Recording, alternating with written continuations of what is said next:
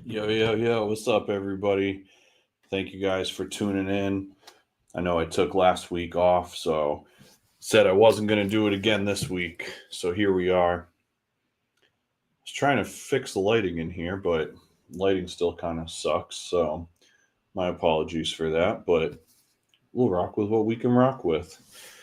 So tonight is going to be kind of a different episode than usual because my intended guest for this episode unfortunately got sick.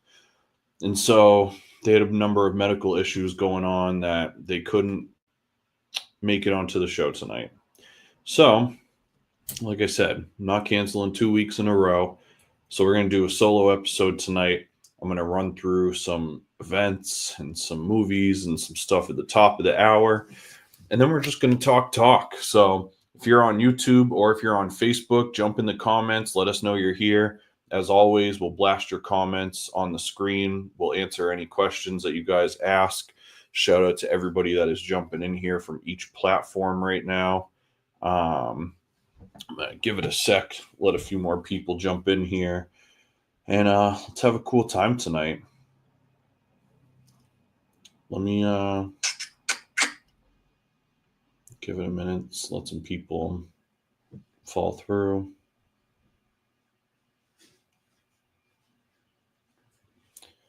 And I know what I wanted to do, actually. Big shout out to my brother Byron G. It's one of his instrumentals rocking in the background here.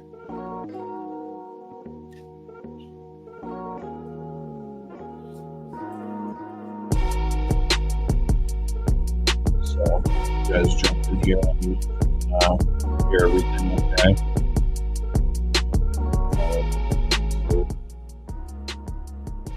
Shout out, I see some people jumping in here. So big shout outs to everybody that's on board. Looks like we got some people from YouTube. Shout out my brother Ryan. Appreciate you, bro. I was just letting everybody know that my guest for tonight was I was supposed to have a really interesting guest tonight, but they had to bail because of a medical thing. So I wasn't going to bail on the show 2 weeks in a row. So I'm back doing a solo episode.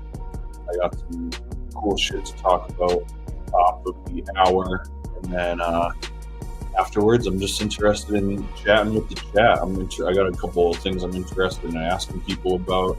We got this new Kendrick Lamar album out. We got a bunch of new movies out. We got a bunch of stuff going on. Oh yeah, they'll definitely be okay. I think it was just a timing thing. Big shout out to my brother Abe Bizza. Bizza's gonna be rocking with us at the holiday stroll this week, but we'll get into that in a little bit. Make sure you guys are following Bizza on YouTube. Make sure you follow him across all platforms. It'll be 8-bza.bandcamp.com. So yeah, let's get into some shit. What do you guys think? Keep everybody waiting too long here. So music of the week, and we'll get into this a little later. Had some other stuff picked for music of the week, but then this surprise Kendrick album came out that everybody's been talking about for better or worse. I've had 2 chances to run it through and have some thoughts on it, so I'm interested to talk to you guys about that. For my movie of the week, big shout out to Jennifer. What's up, Jen? Appreciate you tapping in with us, coming in through Facebook. So my movie of the week this week is called Die For. It's a 1995 flick directed by Gus Van Sant. I'm sure you guys are familiar with some of his work. To Die For is a great feature of his. It carries I'll say a very loose similarity to the Pamela Smart case, which most of my New Hampshire people are probably familiar with. But in the movie, Nicole Kidman plays an upcoming weather reporter, and she's at a small New Hampshire town cable station, and she feels like her husband is holding her back from becoming a major TV broadcaster. So she decides to make a change. I don't want to say too much, but it was actually a really fun watch. Um, I've seen a lot of Gus. Oh yeah, dude, Bizza knows that movie is sick. Nicole Kidman on her shit in that. Um, there's not many Gus Van Sant movies that I don't like, honestly. Even Elephant. If you've ever seen Elephant, that's like a really hard movie to watch, but it's so good, so well put together. Oh, I know. I'm bummed that you can't make it tomorrow either. I'm glad that you're getting your hustle on, though. I'm sure that helps this time of year. Hopefully, we'll see you at Holiday Stroll, maybe. If not. Um, yeah, dude. To Die For came out in '95. Crazy as that is. And so, obviously, hopefully, you guys know by now how much I love movie shit in general, but I don't have a platform for just movies. So what I do is you can find me on Letterboxd. So if you're into movies and you want to talk about movies and see what kind of shit that I've been watching and what I think about it, pretty much anytime I watch something, I try to log it into my Letterboxd account, try to give it a rating. I was really bad at doing reviews for a while, but now I've just started putting reviews in. You can see I just saw Smile 2 in theaters the other night and put a little review up for that. You can see my ratings for everything I've watched, but I'm trying to go a little more in depth now so that there's something functional with it. But yeah, Letterboxd is dope. So if you're on there, if you like movies, whatever, check me out. And it's just strictly movies. That's all we do over there. Yeah, To Die For was such a fun watch. I don't even know what I'm going to watch this week, honestly. I do know that there's about a week left of the Criterion Channel annual 50% off sale at Barnes & Noble's. So I'm going to hopefully pick up a new movie or two. Hopefully you guys take advantage of that as well. Criterion Collection is one of the best archives of movie and cinema history. And so you can find stuff from you can find stuff as commonplace as Armageddon or Wall-E to stuff as like niche as 1920s, Japanese silent film. It's the idea of the Criterion Collection is like a scope of movies that have had importance and impact in cinema. So this is a great opportunity if you're into physical media. You can pick up some cheap Blu-rays, any Barnes & Nobles, and I think the Barnes & Nobles website honors it as well. 50% off Criterion sale. No, this is not sponsored, but yes, Criterion, if you want to sponsor me, I've rapped about you in enough of my songs that I would love it. Yeah, man, I wish this was just a movie one. My read of the week, moving on to books. I'm still reading Subliminal. I've been kind of slow. I haven't been knocking it out every day like I wanted to, which is subliminally really bad, coincidentally, but I'm working on getting my habits back in order and getting a new routine. I was, a bunch of you guys know that I was kind of out of commission for a bit with the arm injury after had to take the motorcycle down, but finally back on the bike. My arm is finally moving. Still not perfect, but I couldn't do this for like 3 or 4 weeks. So the fact that I can do that makes me very happy. Just it's crazy. You just like take for granted that kind of shit, having a working arm, for example. But happy to be doing much better now. Oh, that's right. I was like, why did I get into that? But I haven't been reading as much because all I'm doing is lounging on the couch. You fucking lazy piece of shit. This is a no more Segura. That shit. Oh my god. Never again, dude. Dude, alright.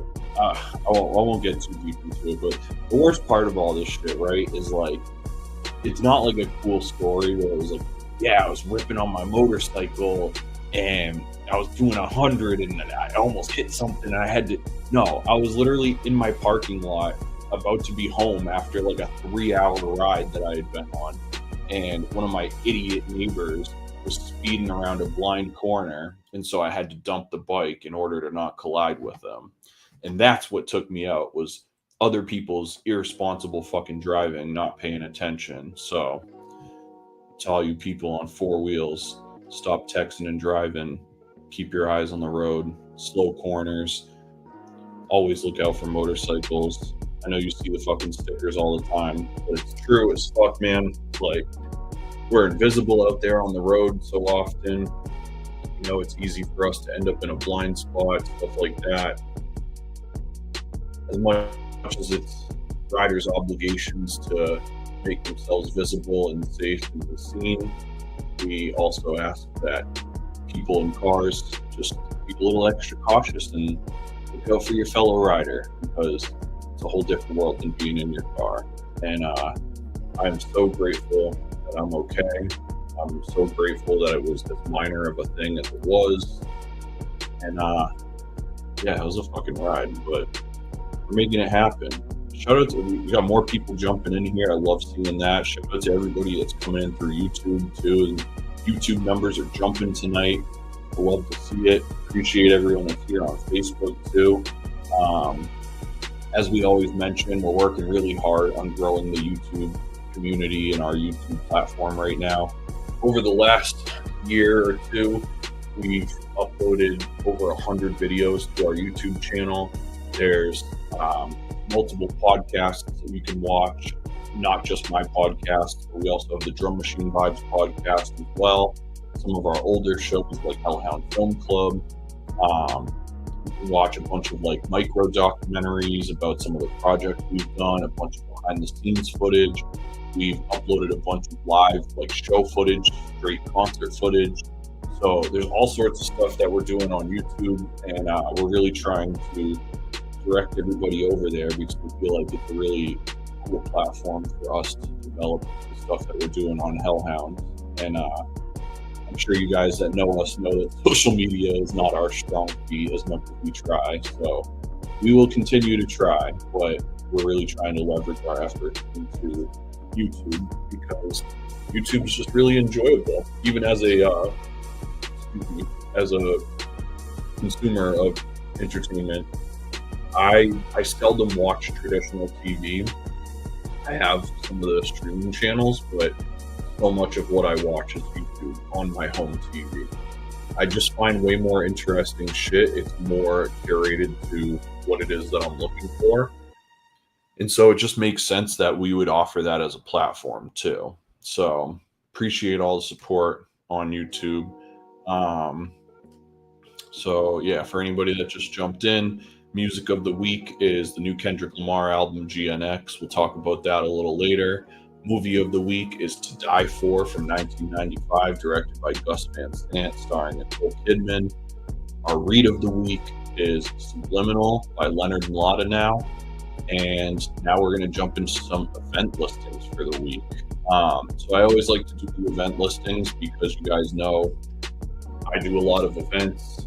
I host a lot of events. I had a job curating events for a long time. And in this music thing and this art thing that we do, the events really are where you meet people, you forge friendships, you forge connections, you do your most organic networking. You know, it just, yeah, it's really important. But there's so many things that happen nowadays that it's hard to keep up with everything. I can't tell you how many times I've found out about a show after it already happened. And so my hope is that if I just keep doing this event listing thing every week, maybe you guys will catch something that you didn't know about and make your week that much better. I do have some of my stuff in here as well, so I mean, doing a little shameless self-promotion, but I don't know what you would expect for a show called CODY. So here we go. Tomorrow, Tuesday, 11/26, me and Byron G are going to be at the Nashville Public Library for our third installment of Inside the Music. We'll get into that a little later. Friday, November 29th, we're going to be in Westfield, Massachusetts at Hutke's at the Nook. Saturday, 11:30, we're going to be at the Nashua Holiday Stroll. We're going to be on West Pearl Street. Sunday, December 1st, is the For the Children East Coast Fest. This is a hardcore festival that they do every winter season. It used to only be West Coast. Now they're finally doing the East Coast one as well. It features incredible hardcore bands. This year it has Product Waste, On Broken Wings, and a few more. And the whole idea of For the Children is that every entry requires a toy as well. And so at the end of the shows, they have these huge collections of toys and gift cards and stuff for teenagers, and they donate all this shit so that people can have a good holiday. So it's really dope to have hardcore really putting on for something special.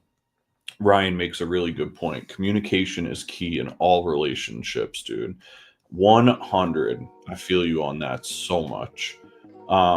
So For the Children East Coast is on Sunday, December 1st. Definitely recommend checking that out. Bring a toy, bring a gift card, check for more details. Wednesday, December 4th is the next open mic night at Coffee and Kindness. Coffee and Kindness is also where our stage is going to be for Holiday Stroll this weekend. Thursday, December 5th, there's going to be a positively charged IPA release party to benefit the Plus Company going down at Spyglass Brewing. The Plus Company is a business that operates in downtown Nashua that supports a lot of the community efforts in terms of like helping people, job placements and stuff like that. And so Spyglass Brewing has this new IPA that they're going to be releasing on Thursday, and all of that money is going to benefit Plus Company, which is really cool. So I definitely encourage you guys to check that out as well. Also on Thursday is The Laugh Attic at Strange Brew in Manchester.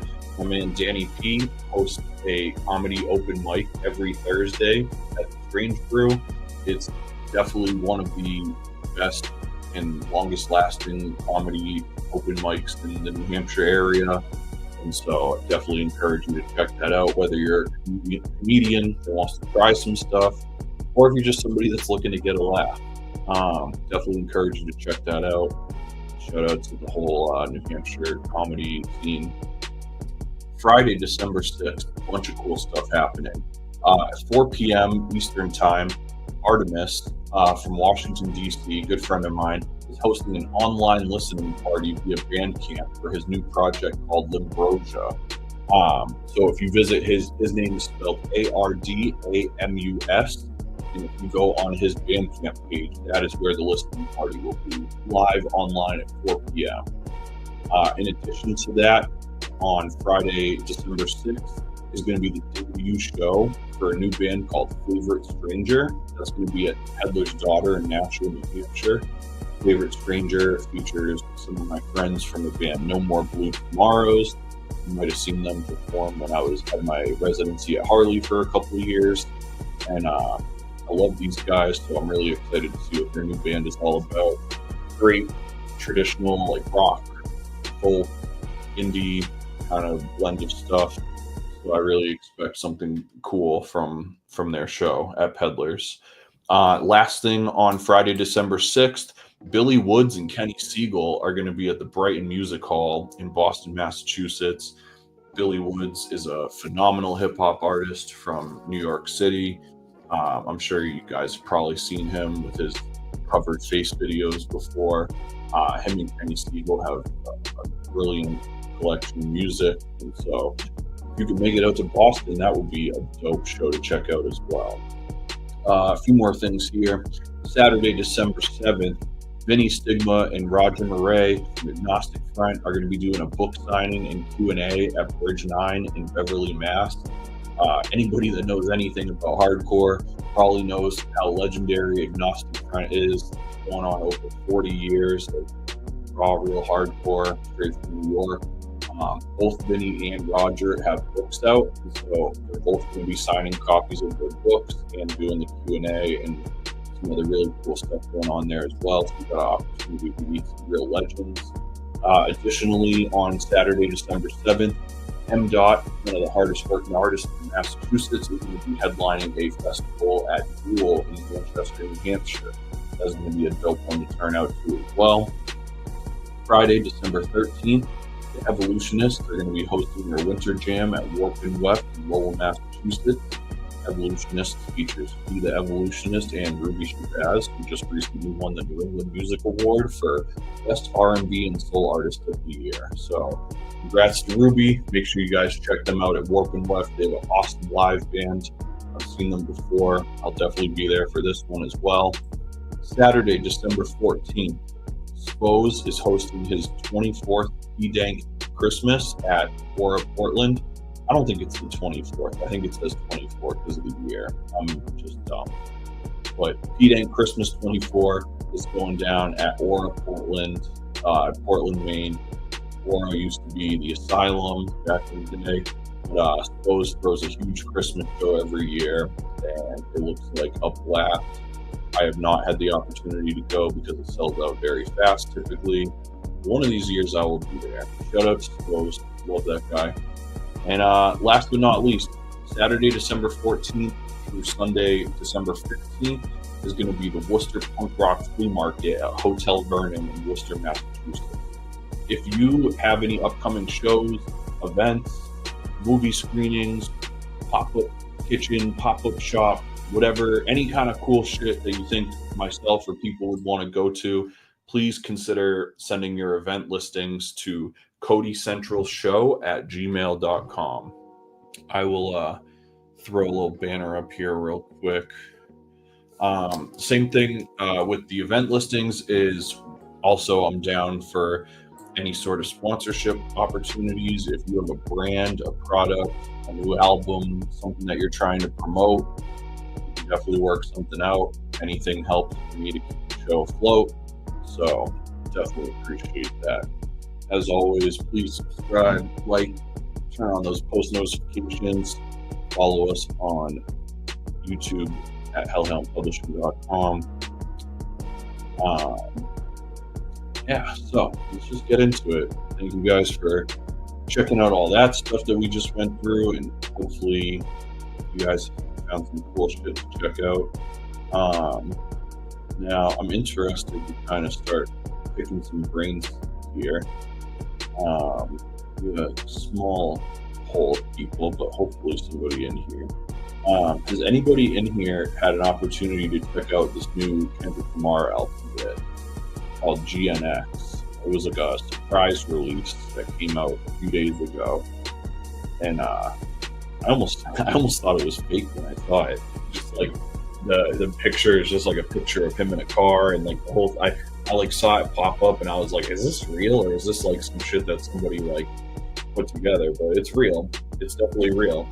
It sounds like it might be a mixtape more than an album because it sounds like there's something else on the way. Ryan said he's heard clips of it. What did you think of what you heard? I'm interested because I'll just be honest. So the first time I listened to it, it was in AirPods, and I was listening to it on a walk, and I thought that the songwriting and like the stuff that he was talking about was super sharp, but sonically it wasn't hitting for me. Not that it was like whack or anything like that, but it was just definitely a certain sonic aesthetic that I just like, it didn't click with me at first. And then today I decided to give it another listen, and I put it in headphones. It definitely gets better each time around. I want to be sold on it, right? Like, I love Kendrick. I think the guy is phenomenal. But like, I kind of struggled with Mr. Morale as well. Yeah, Brian said he's in a similar camp too. I'm glad I'm not the only one, because it's like, I know. Okay, Kevin said it goes crazy in the car. Hell yeah. Okay, so maybe that's one of the things that I'm missing out on, is because, yeah. See, I'm in the same boat as Ryan. He says I'm gonna have to give it a stronger listen. Me too, because I really want to like it. Because I've dug through a bunch of the lyrics and like re-listened to shit, And I really I like how he's coming on this record. I like everything that he's saying and doing. Um, but it was just like, yeah, it took a minute to click sonically.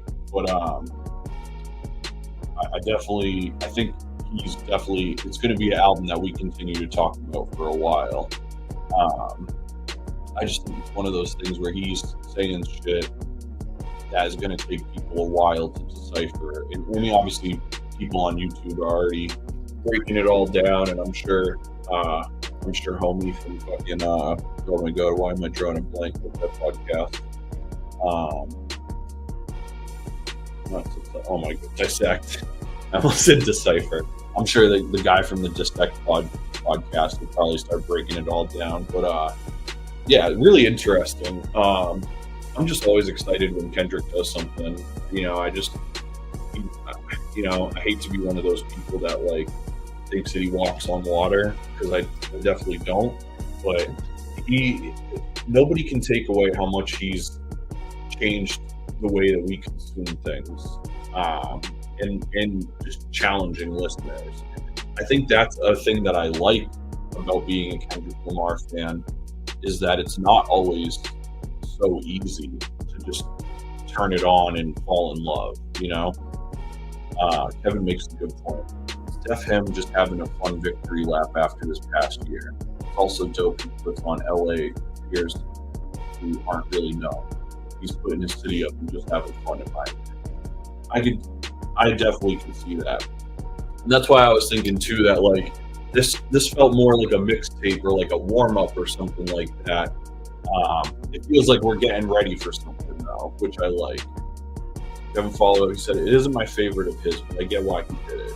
Yeah, absolutely. And that's the thing, like, it's a dope project. So, like, I take nothing away from how, like, just, man, I don't know how long he spent putting it together, but, like, clearly a lot of that topical stuff had to have been done very fast. And, you know, like, yeah, Kevin makes a good point that he puts on a lot of unique LA artists that people probably don't know as well yet outside of the LA scene. And yeah, so I'm really excited to kind of hear what people say about it as time goes on. As those words rolled off my mouth, I instantly regretted it, because every time I go on like Facebook, I see exactly what everybody thinks about it already.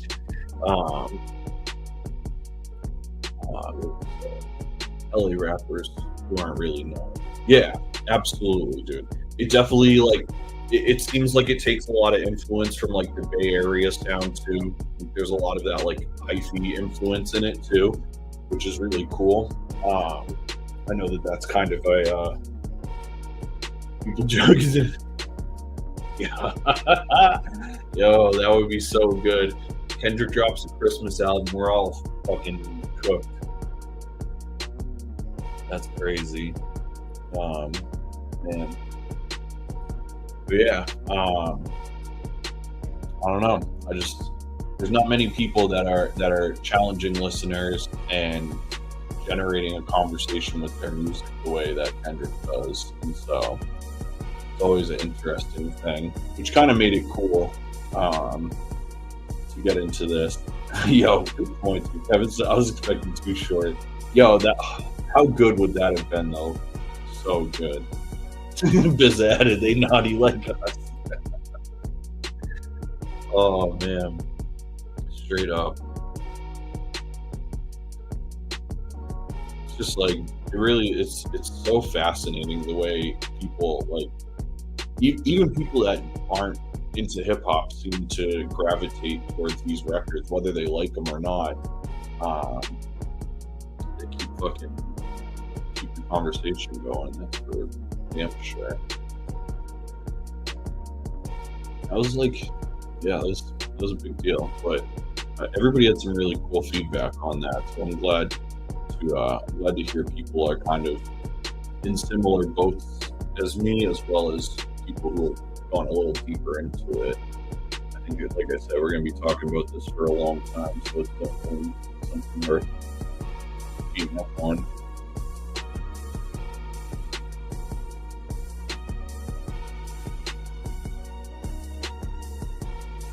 I can go for like an hour to get a micro hit.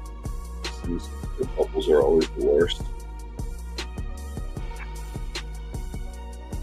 Maybe I can get sponsored by a good pen company one day. That would be nice. So yeah, so that was Kendrick shit. A couple people were asking about smoking that USB straight up.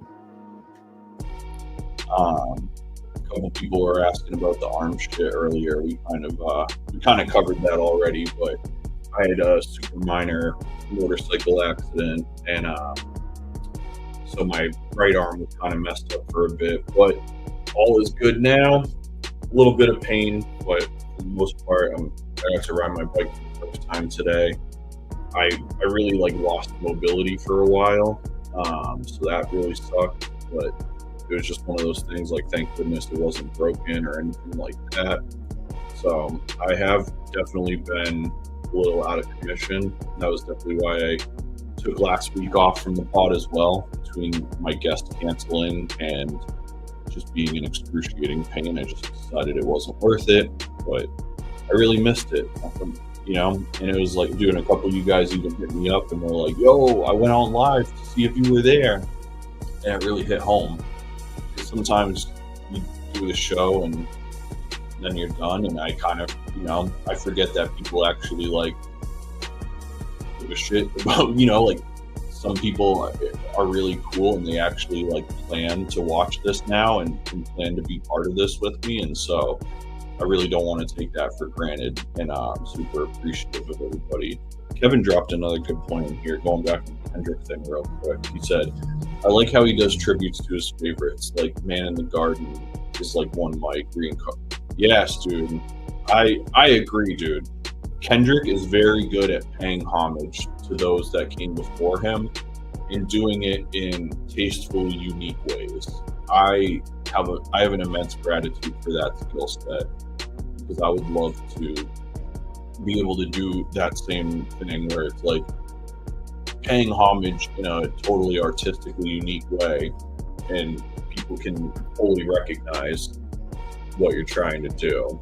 And I think it's a great example that he sets for people going forward. It's just one of those things that I posted in my story a little bit before the show, whereas one of the best things that I've come to grips with is that the easiest way to live life is by having no fear or embarrassment about liking the things that you like. So often I'll see people just lambasting shit that they don't like, posting about shit they hate, commenting on things that they don't like, but then where's that same action for the shit that matters to them? And so I know these are sentiments we've all talked about before, but I'm just I'm really trying to be a man of action on the shit that I talk about, and doing my best to not fucking get so petty and angry about shit, and not let small shit really trigger me. Man, thank you, Kevin. He said, glad you're okay. We ain't spring chicken no more. One day. Oh my gosh, dude. I hope you did not break your leg for real, because that would be fucking terrible. But yeah, dude. The worst part was too, dude. I'll tell you real quick. It wasn't even a cool accident. It was oh, I was going fast. I was practicing wheelies, some shit. I was in my parking lot of my apartment, and on Halloween, a kid was ripping around in his car and took a blind corner, and so I had to dump the bike so that I didn't collide into him. But yeah, fortunately, I'm all good, and grateful that it wasn't serious. I'm so glad you were kidding.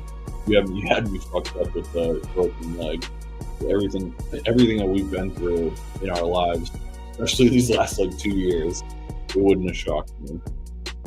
I think my dude got his daughter into Nas because of that Kendrick thing. Dude, I believe that. That's so cool. I love that. You know what I mean? Because for us, it's imagine having a 15-year-old as like a child, and like that person never saw it the height of Nas or wasn't old enough to grasp how much Nas contributed. So if there's artists like Kendrick and people like that that can not only continue their rise and their development, but also show these younger kids how important the artists that were before us were, is like, man, we're setting ourselves up for success right there. You got to have a history. You know, it's like you look at rock music, and there's a reason that you know, your favorite bands from the 70s and 80s are still doing 40 and 50 anniversary world tours. There's a reason Aerosmith was playing into their 70s and 80s, and you know, it's like we have for our culture, but we tend to move in these ways of things being time sensitive, and reality, it's a lot of it isn't. Like some of the music is topical, and so that's your detriment, but there's a lot of music that is going to stand the test of time. And seeing A Tribe Called Quest get inducted into the Rock and Roll Hall of Fame, these are the kind of things that we're going to start seeing more and more. And it's definitely those artists like Kendrick as well that are making sure that the younger audience is aware and respectful and educated on the stuff that came before us. So yeah, shout out to Kendrick. Real quick on stuff that I was hoping to talk about tonight is you guys know I love movies. You guys know I'm a huge physical media collector. And if you've watched any of my YouTube videos that I film at home, you know that I have a library with way more movies and way more records, way more CDs than I have space for. So I have officially started a resale store, which I'm running out of Instagram right now. And I figure that's kind of the easiest way to do it until there's a necessity for something bigger. But with that said, my new store is called Culture Planet Goods. So if you want to help support the cause, like I said, I'm doing a bunch of resale stuff. And so some of the stuff that I'm going to be going through is stuff like, got like Rick and Morty Season 1 on Blu-ray, unopened Zombieland Steelbook, anniversary 25th anniversary edition Akira still in the seal. I've literally realized I must have 5 copies of Akira from any time I ever see it, because you'll come and find that I also have an Akira Steelbook for sale. This is also not easy to find. And this includes the Blu-ray and the DVD and the extras as well. I'm not going to go through all this shit, obviously, but I just want to give you guys a little glimpse of some of the stuff that we got here. I'm trying to post it all on that Instagram account. People can basically like DM me and let me know if there's stuff they're interested in. I got Marvel Knights Black Panther going on. What else do I got that's really cool? I got a lot of DC stuff. Stuff like I got all of Yu Yu Hakusho. I got like all the different seasons of that. That's not like super easy to come by. I got like a lot of doubles of stuff that I've bought through the years, but everything is in like really solid condition. I keep everything well kept in the library. Got Birdman, really dope movie. Let's see if there's anything to note. I got a bunch of like unopened Marvel stuff. I got really big into collecting Marvel stuff in the early 2010s when Marvel Now was like in full effect. And so got like really cool like different versions of like X-Men animated like movies and series and stuff like that, like Wolverine, Weapon X. So yeah, obviously, you know, you guys know all the shit that I've been going through between you know, getting laid off from my job and stupid motorcycle injury and everything else. Times are tough, and there's no need to hold on to excessive amounts of nostalgia. So it is time for me to share some of my collection with you guys in hopes that we can all grow our physical media collections. I'm going to be adding a lot more stuff over the weeks, but yeah, so that's that. What we got going on? Talk about Kendra.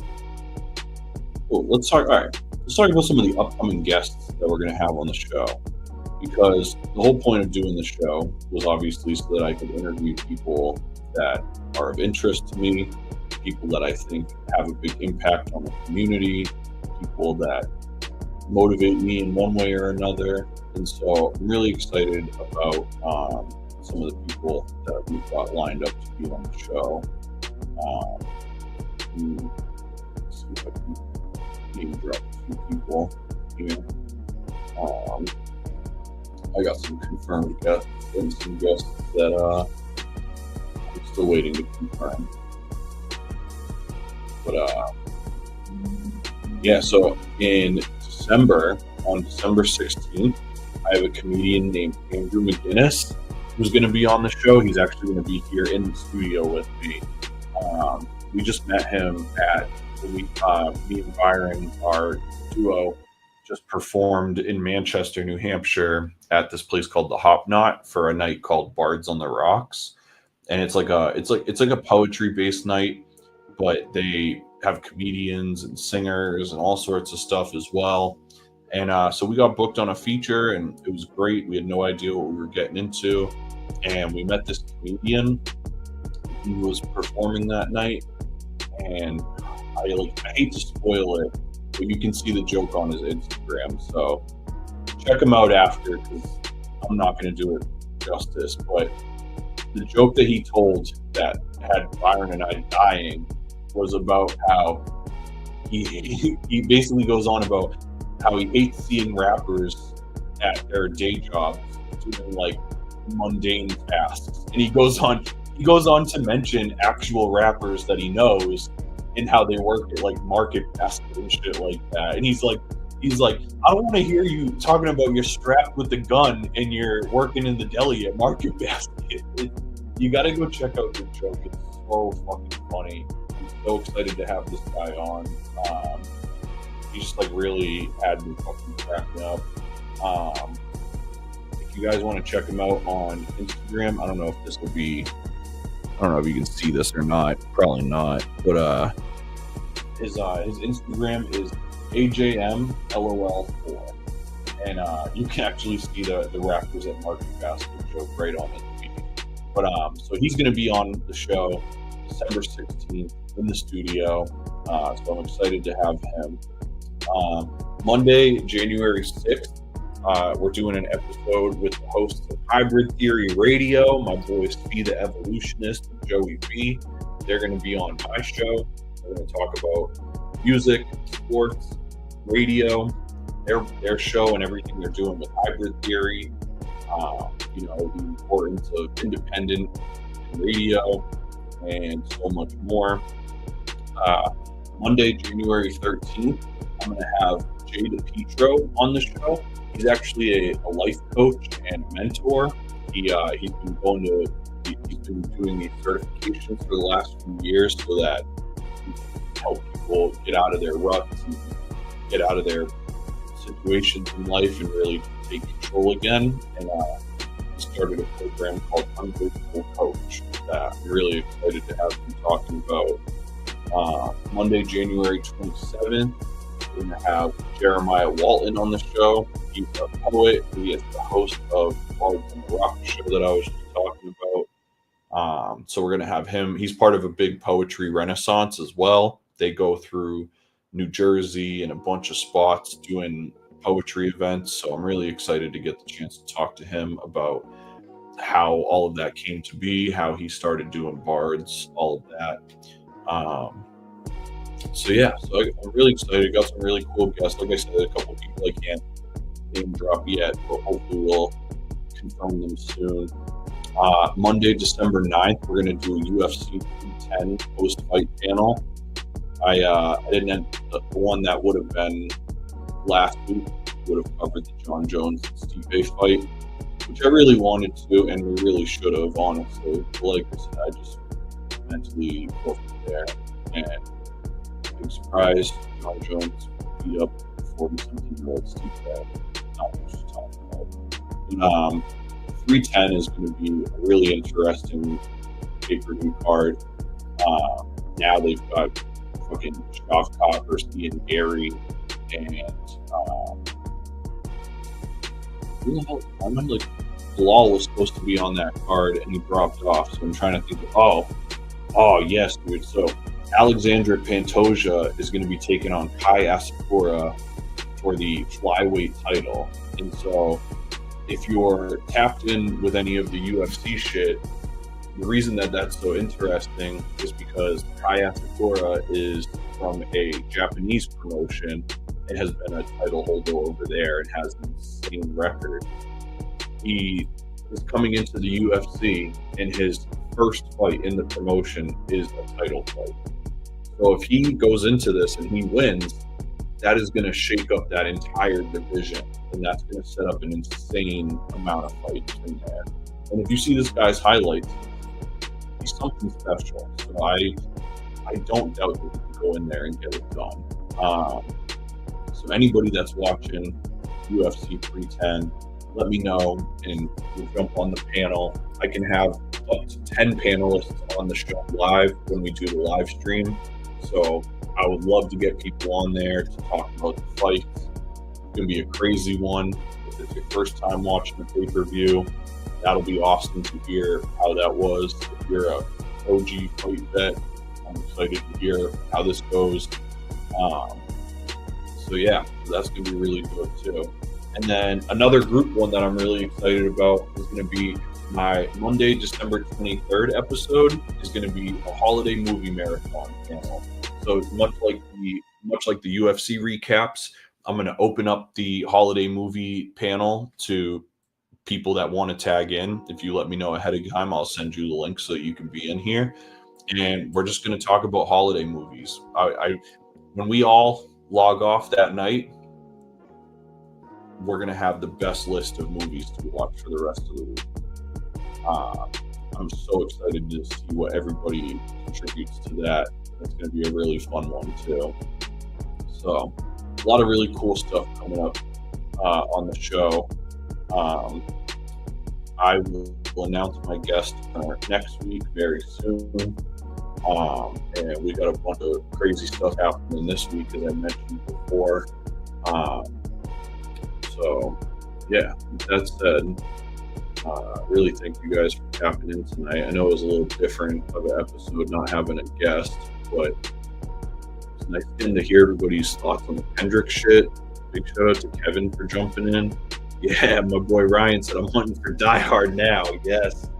Dude, I don't want to...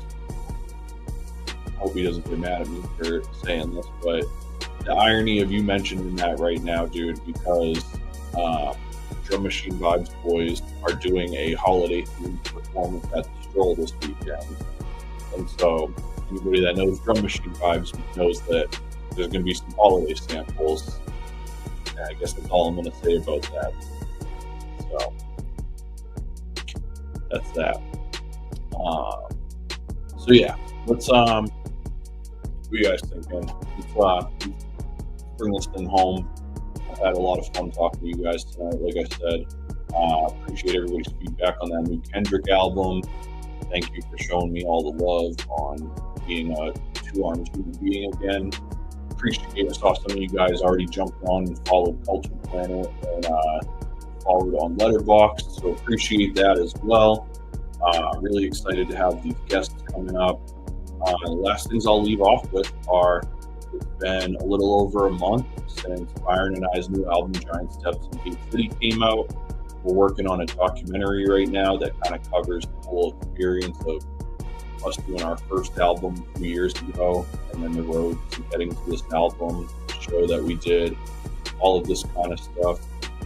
So one thing that we're asking people for the documentary is, if you're comfortable being on camera, we're looking for testimonials of either your experience at the show and what it was like to be at that event, or testimonial of what you think of the album. If you've had a chance to listen through the album, we would really love your feedback, and we're going to splice all of those clips into the documentary. I've been posting about it a little bit, but a lot of you guys know that video editing is like a new foray to me. And so I've been doing a lot of the short form stuff for Hellhound now for the last like year or so. And now I'm just getting into the longer video editing stuff. And so this documentary is the longest video that I'll have ever made yet. We're halfway through and it's already over 15 minutes. There's some great clips in there though. We've been getting really cool like pictures and behind the scenes footage and stuff that people sent us from shows. So definitely please keep sending us that stuff. But like I said, the best thing would be to have you on camera. Talk about just literally, it doesn't have to be anything special. If you have a phone, take your phone, throw the camera on, and just hold it sideways like this, and make sure the camera's facing you, and make sure it's on video, and just record a little minute or two. It doesn't have to be anything too crazy.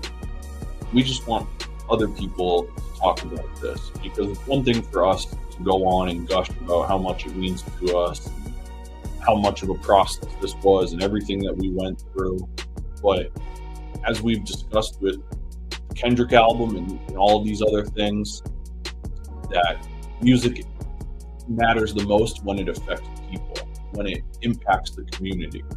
Obviously, we all make music for ourselves as a healing, cathartic thing, but there's a bigger goal there, or at least there should be a bigger goal there.